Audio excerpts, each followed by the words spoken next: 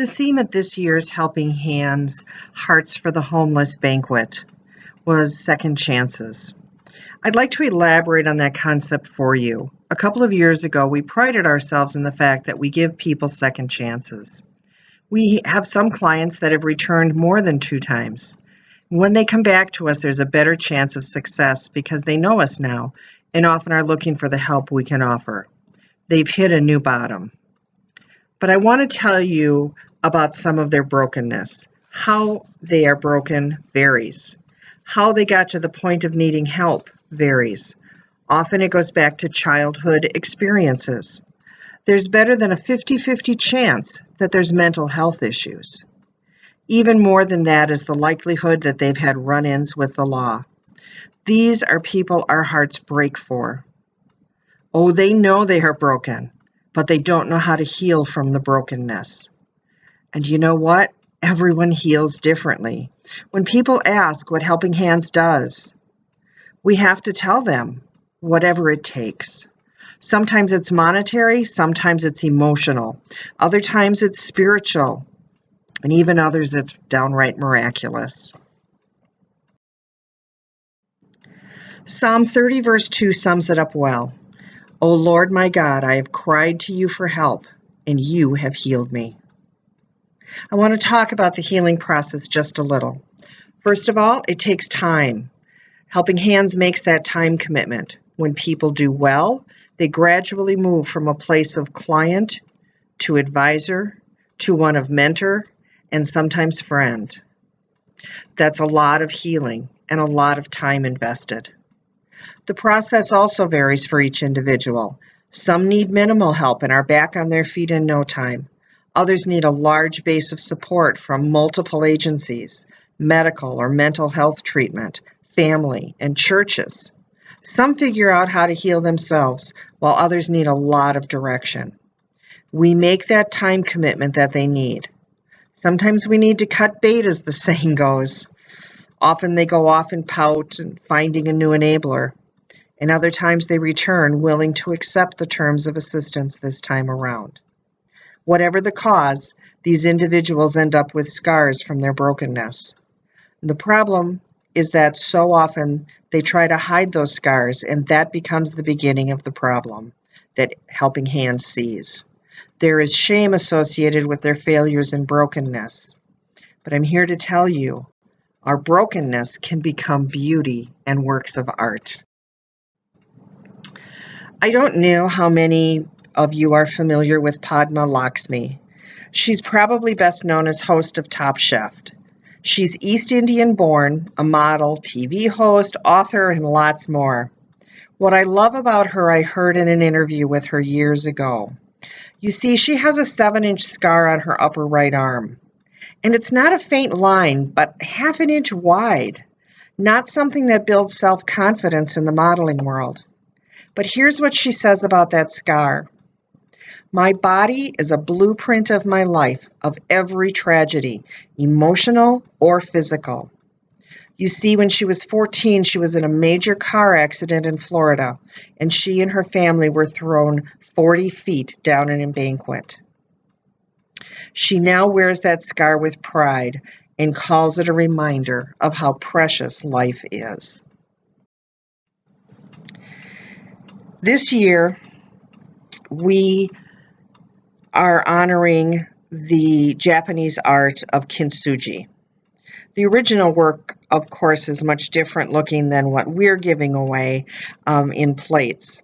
But they're meant to be a reminder of the brokenness we're talking about. One of the things that I admire about the Oriental culture is their respect for age. As things age, they are susceptible to breakage. And the more something is used, the higher the risk for damage. While the Western culture shuns age, the Oriental culture finds wisdom and exhibits respect. Out of brokenness, they create art. And true kintsugi uses real gold. The pieces that are being given out at our banquet took hours of labor. And we learned that different materials took different glues better than others. We learned that all the plates broke differently and so became unique. Everyone liked working on different types and with different materials. Some people were very good at the painting, while others needed more time to clean them up than was spent putting them together, kind of like human beings.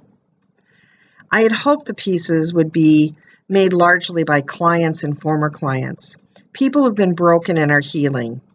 And a few were, but most of them were made by people who we don't look at as broken. They have their lives together, are or have been a success. But afterward, I realized that what I had hoped for had happened. Dear, kind, loving Christians did the bulk of the work. And you know what? Most of them wouldn't consider themselves broken, certainly not like our clients. But they are. For whatever reason, most of us hide those scars and certainly don't expose them to others. One day I got a call from the jail about a letter waiting for me there. They felt an inmate was getting a little too personal.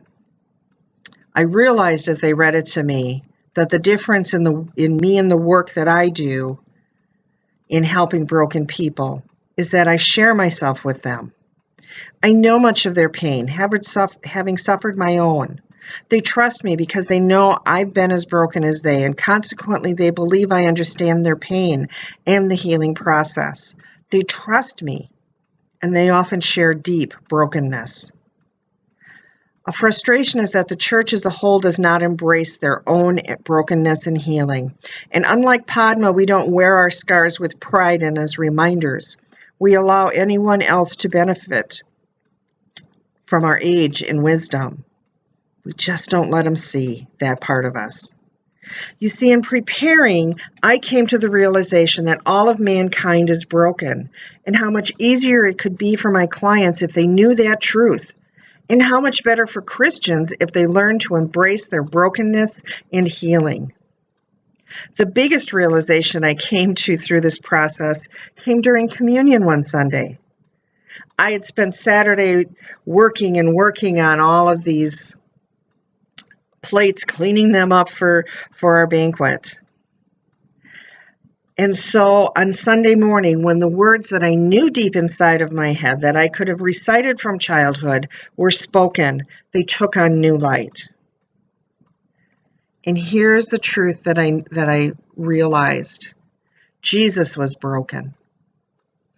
He was broken for me, for all of us. Brokenness is nothing to be ashamed of. It makes us who we are. It can become a beautiful thing over time.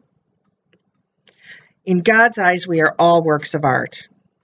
As we are more and more broken and more healed, we become more and more beautiful. Like Padma, Jesus displayed his scars to the disciples in the upper room. He went so far as to tell Thomas to touch those scars. Can you do that? Can you embrace your own brokenness? Can you look at your scars, or do you try to hide them? Can you embrace what has happened to you? Can you put it on display and help others through their brokenness?